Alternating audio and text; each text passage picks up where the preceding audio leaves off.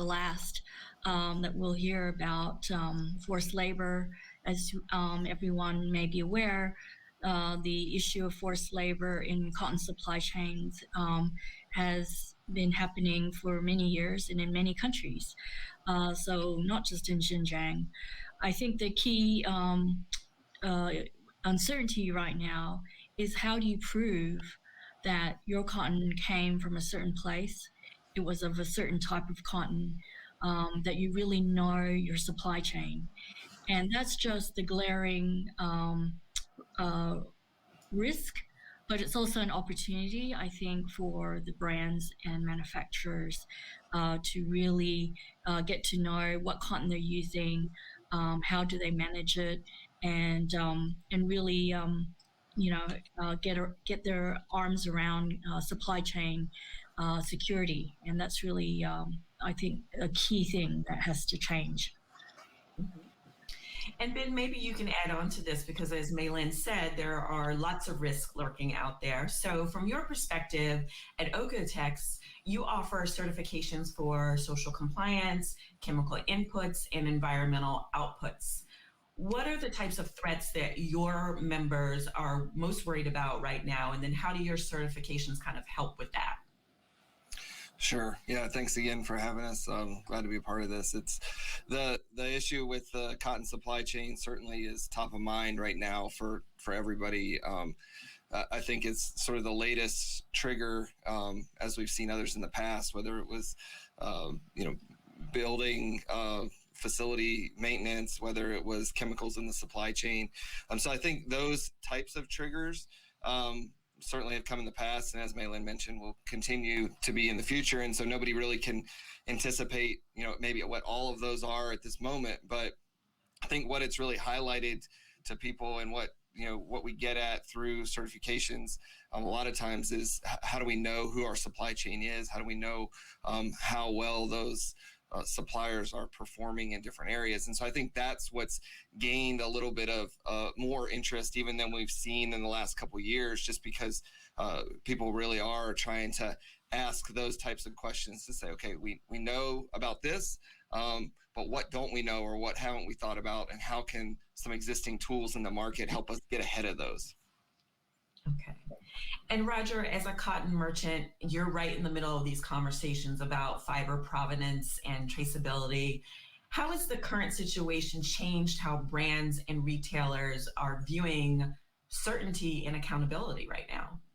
Yeah, I think it's finally to a point where it's not strictly price alone. I think a lot of the lack of traceability and the concern over product was because it was always the race to the bottom on price, and price was the determining factor, not truly the construction or where the product actually came from. So I think the retailers are finally looking at reaching further back into the supply chain for the real sourcing partner. That's what Louis Dreyfus would be a secure supply chain solution, reaching back to actually sourcing the fiber itself. The other thing that's changed is I think paper trails are less convincing in the eyes of the retailer today, where, for instance, mass balancing and BCI, that is a way of trying to do traceability and sustainability. But when you get down to really researching that, mass balancing simply doesn't give you the security of where you really sourced and how you constructed your product. Okay. Ben, so as we all know, more and more retailers are publishing their sustainability goals. A lot of them are aligning to things like the UN SDGs. How are these companies going about ensuring that whatever steps they are taking are actually going to get them toward these goals? Yeah, I think there still is a continued emphasis on not only what's in the product and from a material standpoint or even from a chemical standpoint, but also increased emphasis then on the way and even sometimes the location of where products are produced, because that's so critical in terms of meeting those goals. If, as an SDG or even sort of other internal brand retailer driven goals around climate change or water use or whatever it may be. And so I think, again, knowing specifically what's happening in their supply chain, not always being reliant then on just libraries of data that just say sort of represent a type of production or a type of material. So we're seeing a little bit more emphasis on our side in terms of how do we measure what's happening in our own specific supply chain. And so that's certainly ties into what Okotex is doing from the chemical management side, but also then from starting to measure and then report as well on what's happening from energy use and climate emissions, water use at the facility level, whether it's a yarn spinner all the way through the finished production, because we definitely have different pulls, different levers, and different levels of impact there, but they're certainly all significant no matter what the level, what the stage of the supply chain. Okay, so let's take a step back for those that might be unfamiliar. Can you tell us what the Okotex traceability system is and how it works? Sure.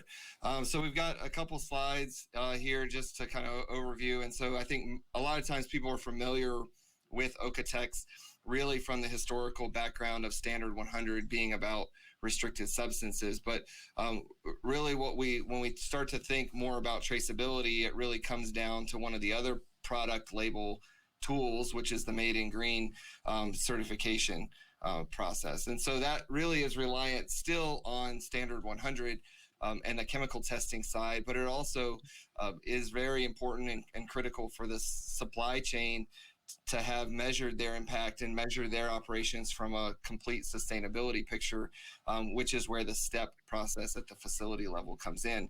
But I think, and so all of that is great behind the scenes. It's very important for a brand or a retailer to help them to really make their measurement system manageable with a big supply chain. But I think what really gets down to is how do you get that to the consumer level? Because if the consumer can't access it and the consumer can't use it, then all of that work is really difficult to communicate. And so I think that's been one of the focuses of different industry partners. Not solely Okotex, but Okotex definitely has a solution. And so part of that is how do you trace the product to the material level? How do you make it easy and accessible for a consumer who is trying to make a decision as they're shopping and trying to make that decision, or we expect they're going to make that decision with a limited amount of time, and they want to have trust in it. And so trying to figure out what's the tools that are going to be easy and readily available, whether it's by typing in a product certification number or even utilizing a QR code or something like that. So I think being able to show people where the supply chain is and how those supply chain partners are performing is going to be even more and more critical and important and valuable to the customer in the future. Mm-hmm. So, and we're going to talk a little bit more about the customer in a minute, but Roger, let me ask you about kind of how things have changed a bit for your company. I know that you sell to spinners, and historically you've had a little bit less direct interaction with the brands and the retailers, but you mentioned when we discussed this before that that's changed recently. So why do you think the brands and retailers are coming to you now, and what is that relationship like? Yeah, well, to tag on to what I said earlier, I think we're finally at a point where the mass balancing and the paper trail are just not enough security for a retailer when he gets a shipment that he's going to put on his shelf. So it actually started for us, the first breakthrough, after talking with many of the retailers through the last 10 years about securing their supply chain. We finally accomplished it with Costco and then with Bed Bath & Beyond, where they were obviously sourcing home goods with Costco, a sheet product, and they wanted to know that they had Pima. Well, they didn't have anything other than the paper trail to prove that, and so as a retailer, Costco came to us and wanted to, quote, use us as a sourcing partner to know that they were procuring pure Pima for their product.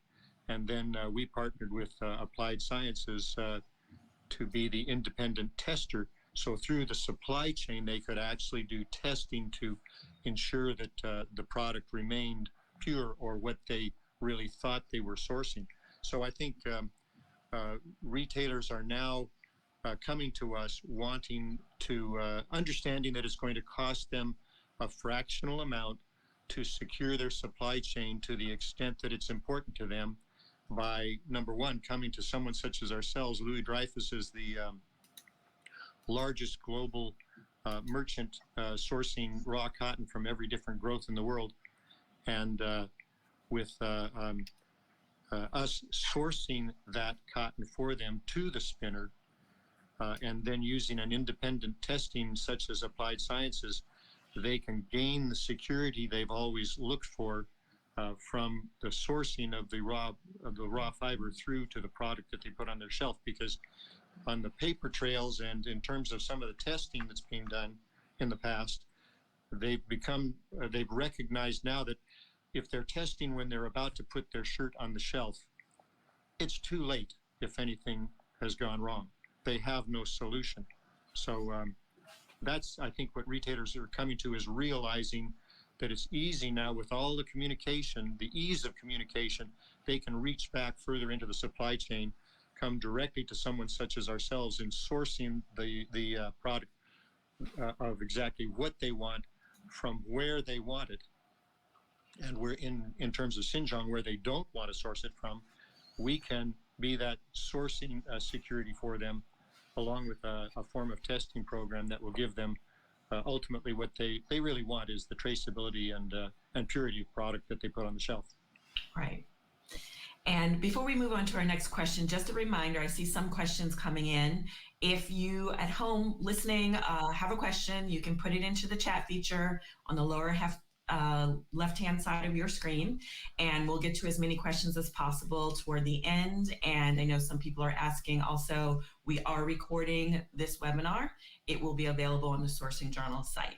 So Ben, talk to us a little bit about the areas that OKIOTEX focuses on and the value of your certifications from a day-to-day standpoint, and then from a standpoint of when the industry is in crisis mode.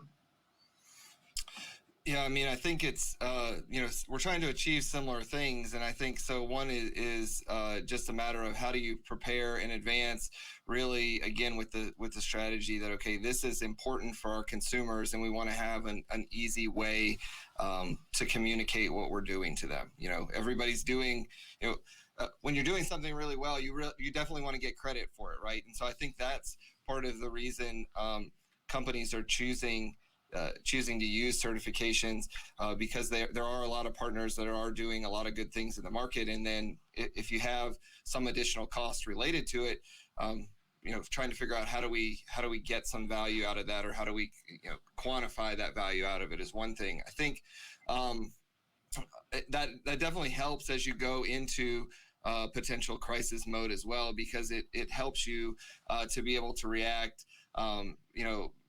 Maybe you're fortunate that it's a situation that is directly related to a certification that you have. And so maybe that helps to solidify your customer base, to solidify internally that your supply chain is aware of what's going on, but is confident that it's not something that's affecting your product or your partners. And in the worst case, it at least helps you to know, okay, we have a system in place, we have a way to help get to our partners, to our products, and be able to understand what's the impact as you're working through that, because it's so difficult in a crisis mode to really think clearly about it. And so figuring out how have you planned in advance by having the certification system in place. But again, I think that the real value is around making sure that the consumers are aware of it. Mm-hmm. So Maylin, Ben is talking about how companies can kind of insulate themselves, especially when it comes to social compliance and chemical management. When it comes to raw materials, though, where do certifications come in? Where does a technology like Applied DNA maybe augment that? Tell us a little bit about how your tech works. Yeah, certainly. So because there's so much uncertainty in supply chains, we created a platform called CertainT. And the T really stands for to tag, to test, to track. And we developed it really to work with a lot of materials. So it can work with cotton, recycled polyester, we do leather, down and feather.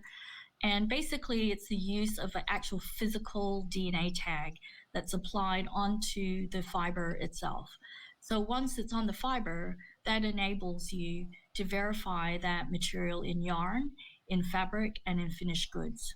And as Roger had indicated, if you look only to test finished goods at the end, that's not absolute proof that your material really came from a specific region or type of cotton that was used in your supply chain and with known parties in that supply chain. So that's really been the missing link, that everyone's been looking from the fabric backwards, when in fact what they need to do is look from the fiber forward into the supply chain, so that you have full visibility and true transparency as you follow that fiber. And I think also to Ben's point about communicating to consumers, our platform is designed to work with architects, so it can be very complementary to other standards and other systems that companies may have developed. Blockchain, for example, is something that a lot of companies are implementing so that they can map their supply chain and have a digital way to do it. Well, if you have physical data that comes from a place of integrity, then you can actually say, well, I really do have a handle on my supply chain because I actually have good systems and a good platform to manage it. Okay. And Ben, we have mentioned the consumers a couple of times in this conversation. It always comes up that consumers are more concerned about the products, where they come from, and how the people are treated along the supply chain. Do you think that we need to have some sort of standardized label or symbol that all brands could use, that consumers could recognize that this product at least meets some minimum standards? And if you think we need that, what would it take to really develop it? Yeah, I mean, I think it's a good question, because we get it a lot as well. That there's how many standards in the market, and how many brands have developed their own iconography and their own meanings behind some of these sustainability claims. So it's definitely a difficult topic, as consumers are, again, trying to make a decision really quickly. How do they understand that, a leaf icon here means one thing and a leaf icon here means another thing? And so I think that that's certainly something that across the board, in being really consistent and clear with the messaging of what does a claim do and what does it mean, is definitely important. I'm not certain that adding another layer of somebody that's like the certification, a library of certifications is going to help the consumer do that. So I think to accomplish that, it's more incumbent on the partnership between the certification body and the brand or the manufacturer or the retailer that's utilizing that, to be consistent and to especially to show that the product is certified, to make it easy for the consumer. But also now, as we've had a big shift in the last couple of years, but certainly accelerated in 2020, if you're buying online, you have a little bit more real estate. That's always been a little bit more the competing areas. How do I put the claim? How do I put the required elements to be truthful to the consumer and still explain exactly what it means? And so now, as people are buying and shopping online, and they have access to do a little bit more research, I think that helps that. But it still is really a big partnership, because the consumers are so attracted to the product. We think OEKO-TEX is great, but I'm not so sure that's really what's on its own selling a product. It's the cool products and the beautiful products that the brands and the retailers are making. So right before we go off to some of the questions that we are getting from our listeners, I just want to find out from Mei-Lin, and then Roger, I'll kick this to you as well. What do you think some of the lessons learned from COVID and what we've gone through in the last year have been? And what do you think, kind of the repercussions or the learnings are going to be coming out of that? I mean, I'll I'll answer first. I think that brands and manufacturers have to work together. I think it's kind of very obvious with many organizations having to consolidate and manage their sourcing, not just for the Xinjiang issue, but for other issues as well. But there's been opportunities that have emerged as a result of being more streamlined and consolidated. I think that we're also learning that, it's better to start to do something rather than just think about it and talk about it. And so we're starting a number of apparel-based pilots for cotton and recycled polyester this year, working with Louis Dreyfus as our key cotton sourcing partner. Louis Dreyfus, in fact, many people don't know, have been behind Cotton Track and Trace for 7 years, as long as we've been doing this commercially. And we're probably the only company in the world that has tagged over $1 billion worth of cotton products.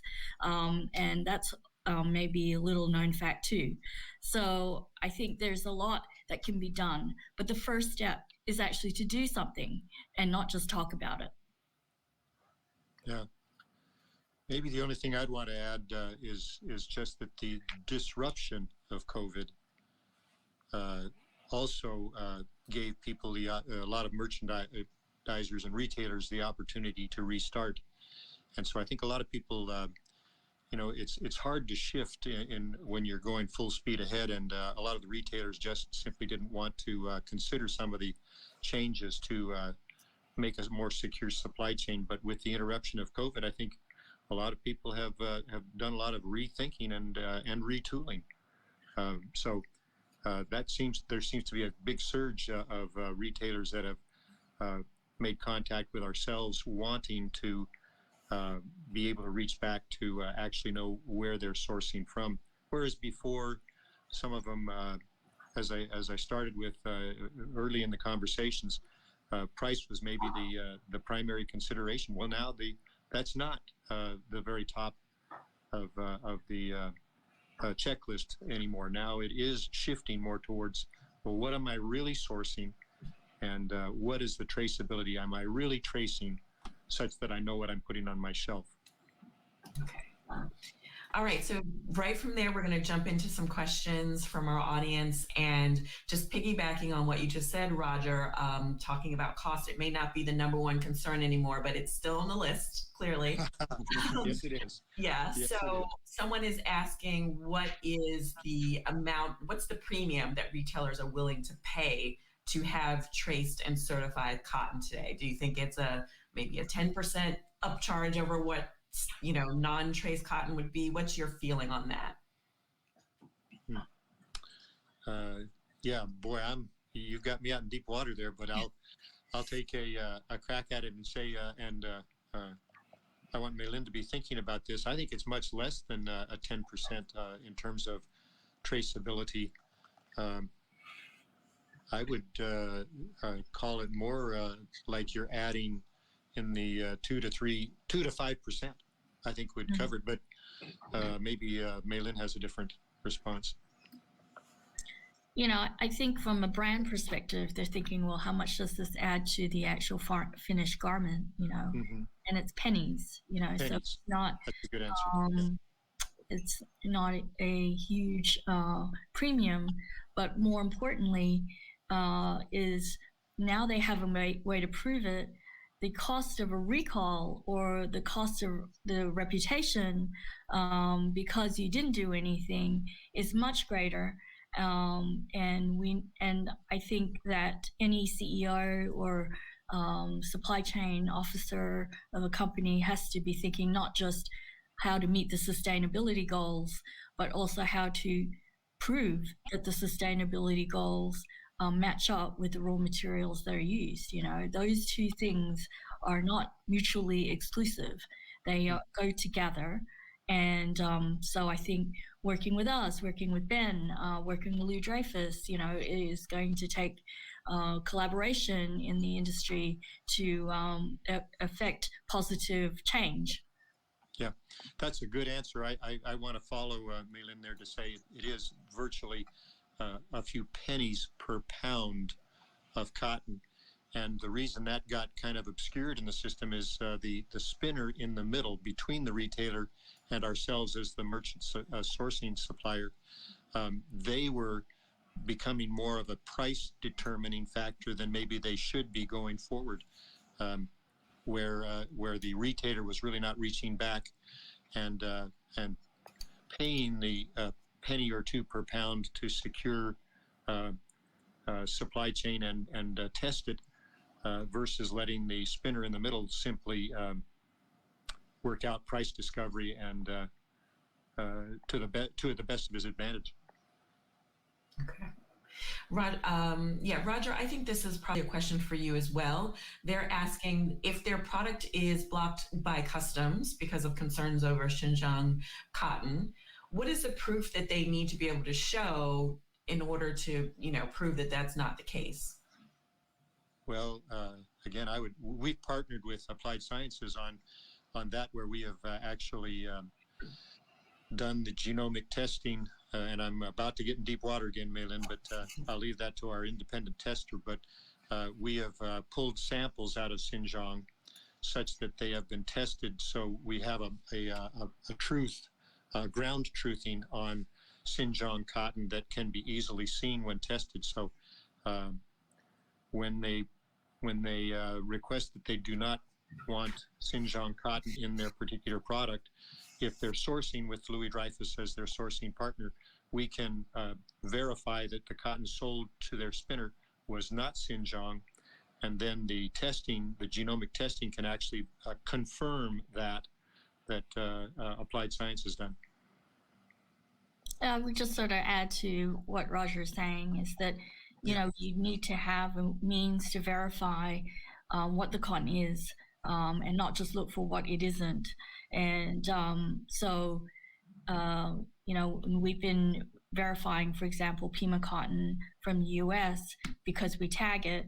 We know the date, time, place. We know the bale ID. We know the documentation that Louis Dreyfus provides for those bales.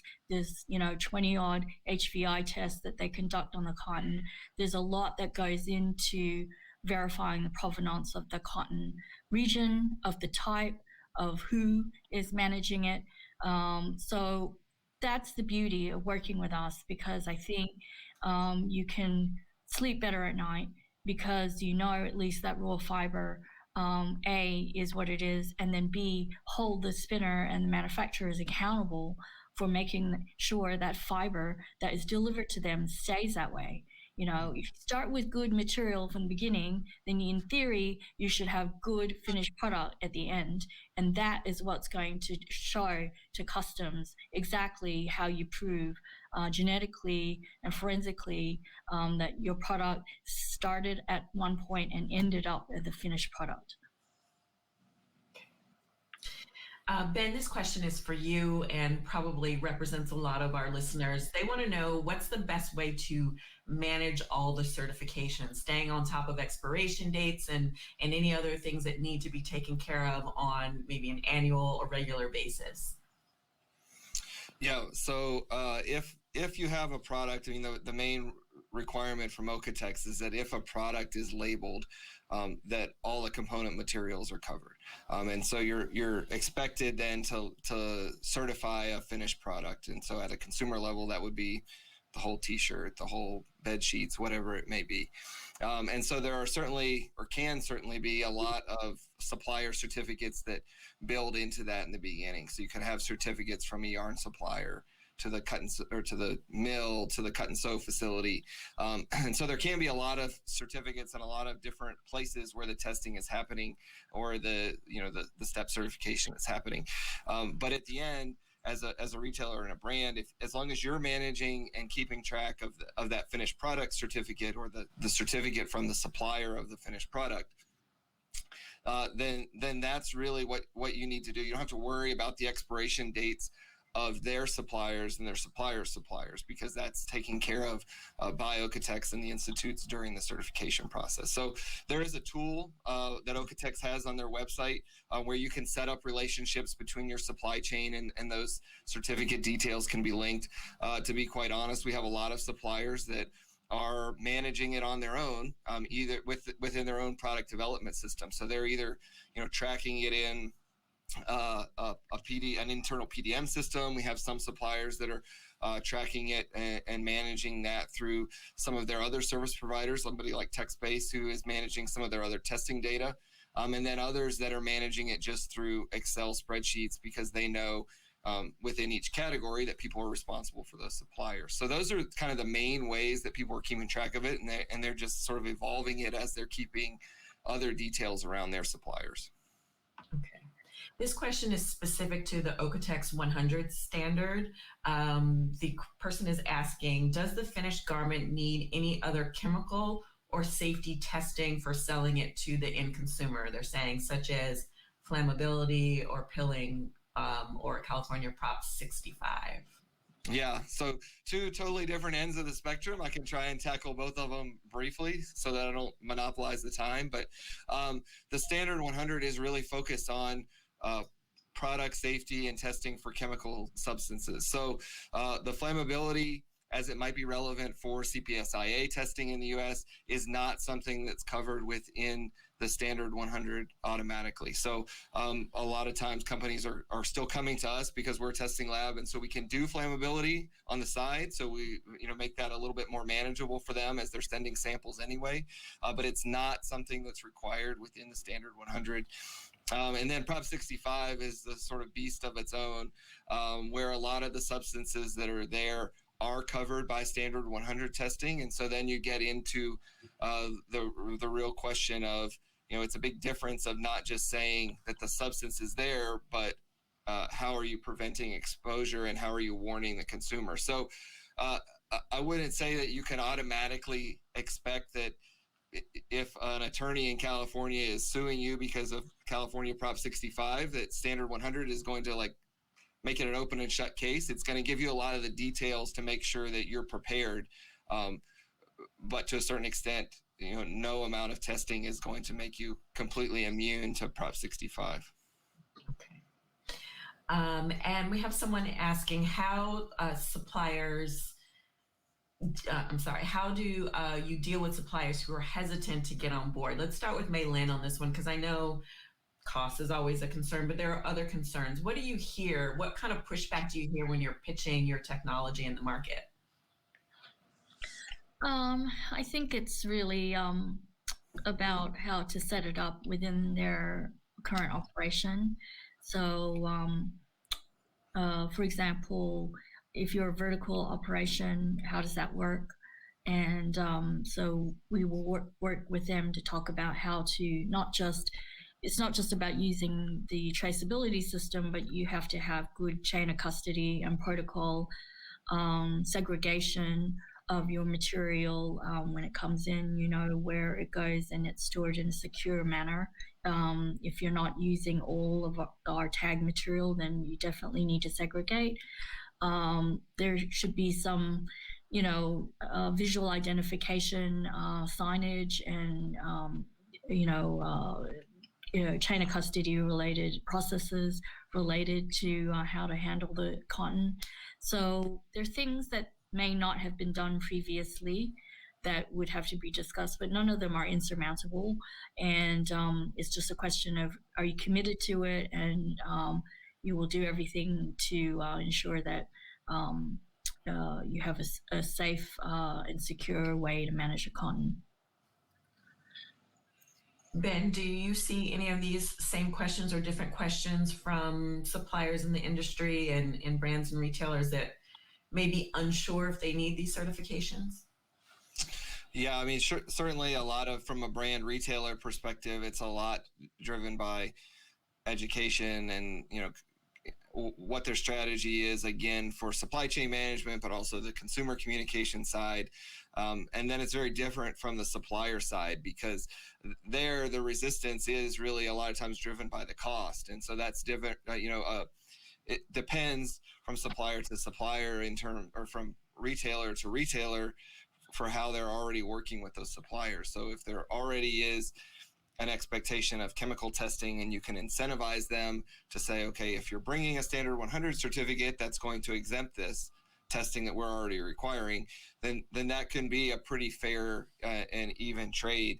And so absent that, I think one of the big hesitations is sort of quantities of products that are going to be ordered, because that has a huge impact from our standpoint, at least, on what is the per unit price of it. So we've seen certainly cases where if you really do the math out, the cost of the certification that's been presented to the retailer is much higher than the actual cost of it, just because there's so much concern that we're basing that cost off of some projected quantity that could drop dramatically later in the end. And so I think that a lot of it is related to the bigger picture, which is trust within the supply chain. That if there's not an expectation of a long-term, consistent commitment to that supplier being a partner, then there's going to be a lot of friction in terms of trying to implement a certification like this, because it's not something, and I think it's going to be very similar for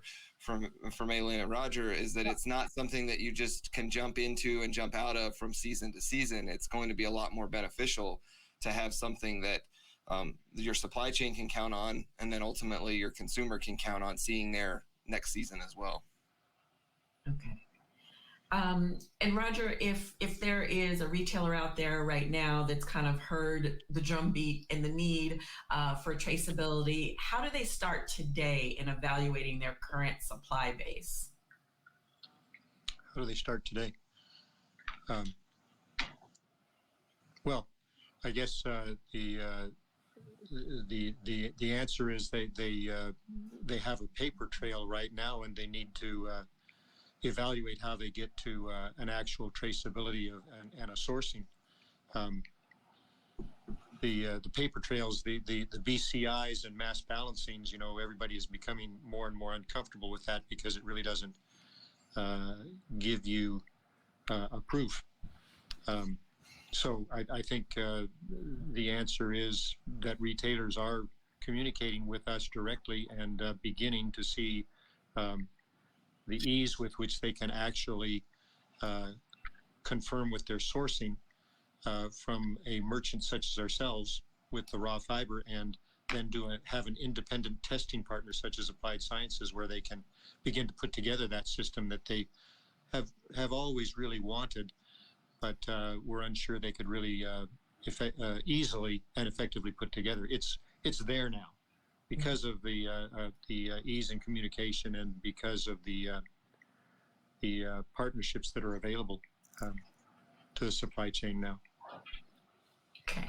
Maylin, there's a question about at what stage during the evolution of a finished product does Applied Sciences determine fiber origin?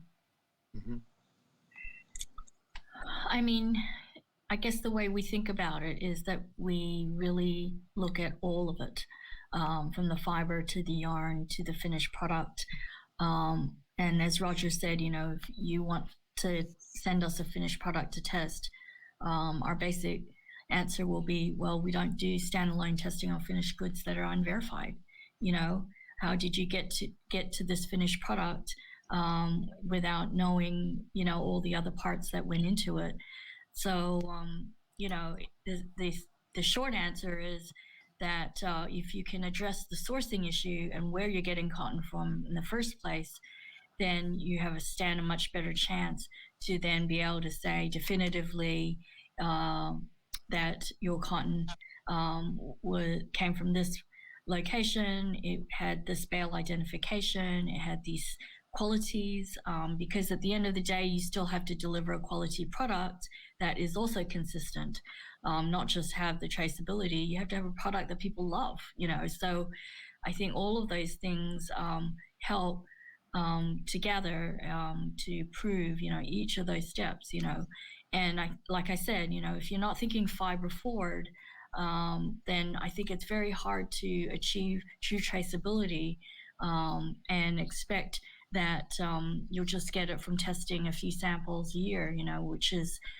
has been the ammo for the industry until now, So I think more brands are waking up to the fact that there are no real shortcuts, but the best way to do it is to actually say, okay, we want to try, we're going to start with a pilot, we'll pick a few of our product lines, we're going to pick some of the regions where we're concerned about and try the system.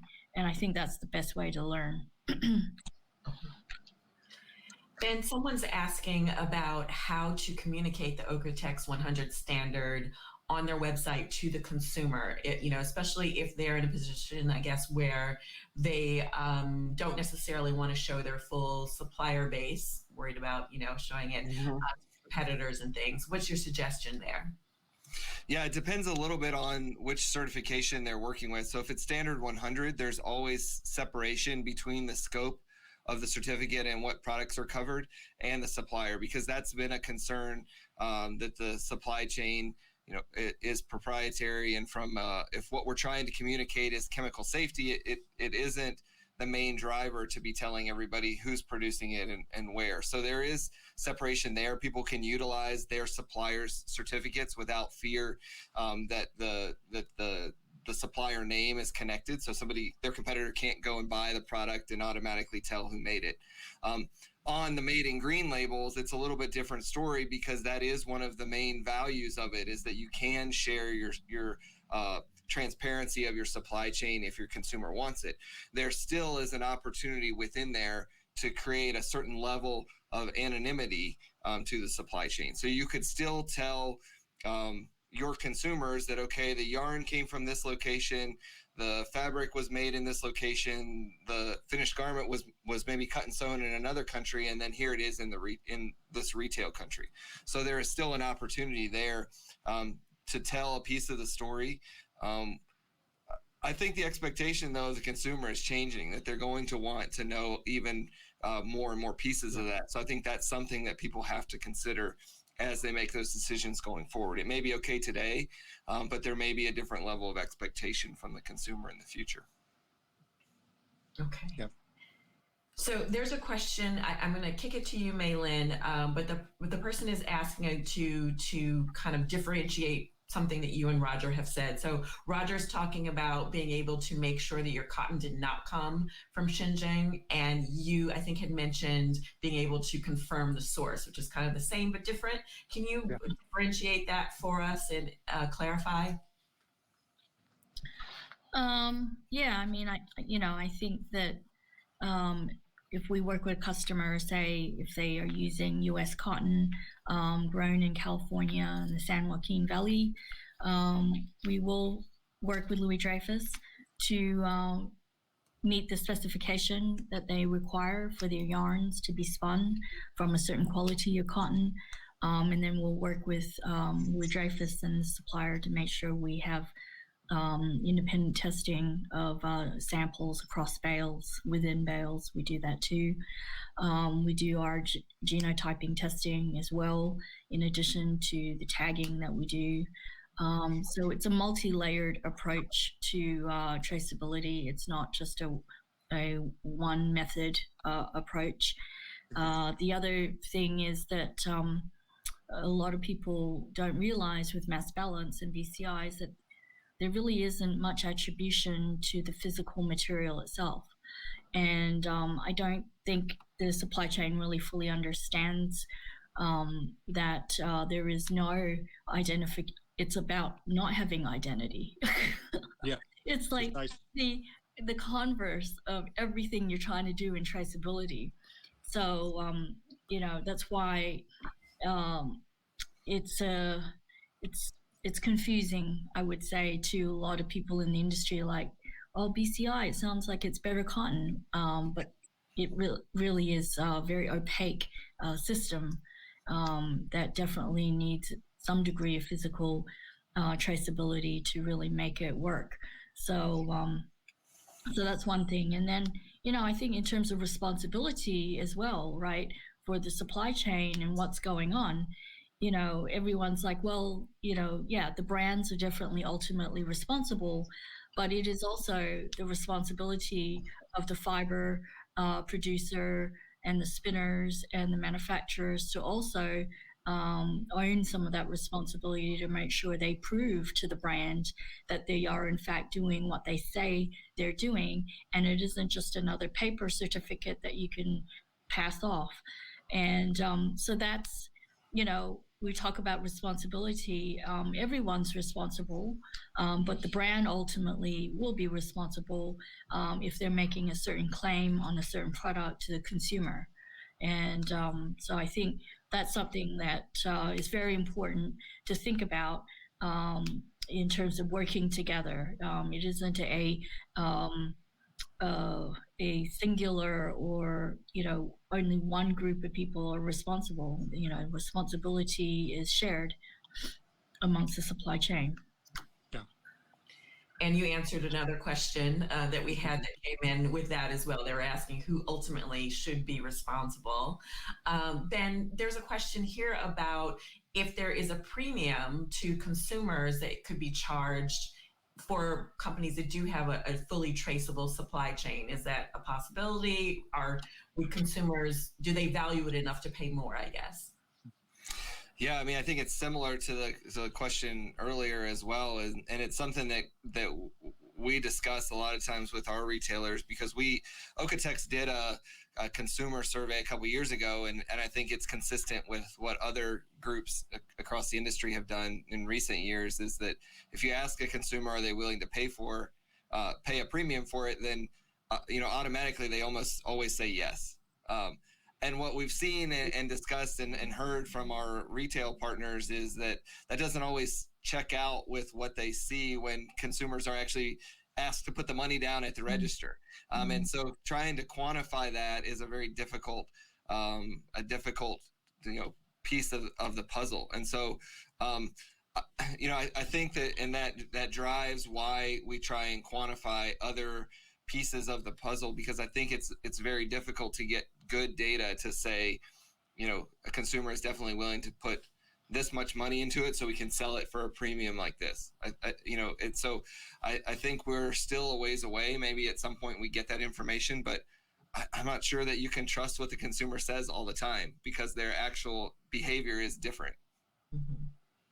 Right. And so the last question, we actually have a lot of questions, but we're not going to be able to get to them all. But the last question that we'll tackle here,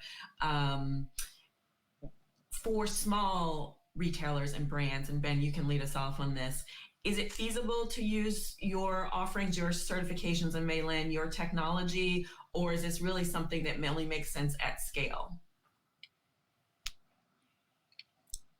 Do you want me to answer? Yeah, Mei-Lin, go ahead. Okay. Well, in theory, it could work for anyone, but most of our experience has been done at large scale, and working very closely with fiber producers and suppliers.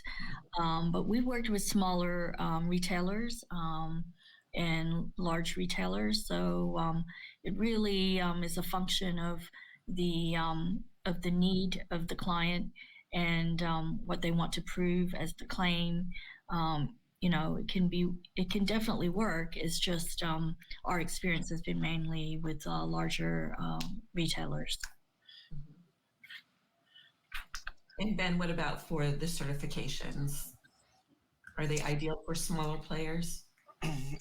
I think the size of the brand or the retailer is not as significant as the choice and the partner of the supply chain, because there are certainly we certainly have even startup brands that are very successful in getting products labeled, because it's core to their philosophy when they're going out sourcing. It's one of their questions that they're asking as they're trying to choose, yarn, fabric, or finished garment factories, is that they want to make sure that they have this level of certification that's critical to them, because then they know that there's been some cost sharing between the other people that facility is producing for. So they're not.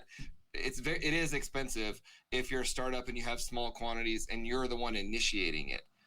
But there are certainly lots of certified companies and certified products in the market so people can easily leverage those people that have gone before them. Great. Well, I appreciate your time, Ben, Maylin, and Roger. I know there's still, like I said, a lot of questions. This is an ongoing conversation. We'll tackle it more. We cover it on Sourcing Journal in our reporting all the time and trying to keep up with the latest in terms of traceability. I also want to thank Hohenstein and Applied DNA Sciences for underwriting this conversation. And we just have a slide here that'll come up, and there we go. And if you do have more questions, you want to get more information, you can contact Applied DNA and Hohenstein through these email addresses that you see here. And again, if you missed any of this conversation or want to share it with your colleagues, this webinar will be on the Sourcing Journal site on our webinar page next week. Thanks, everyone. Thank you. Thank you. Thanks.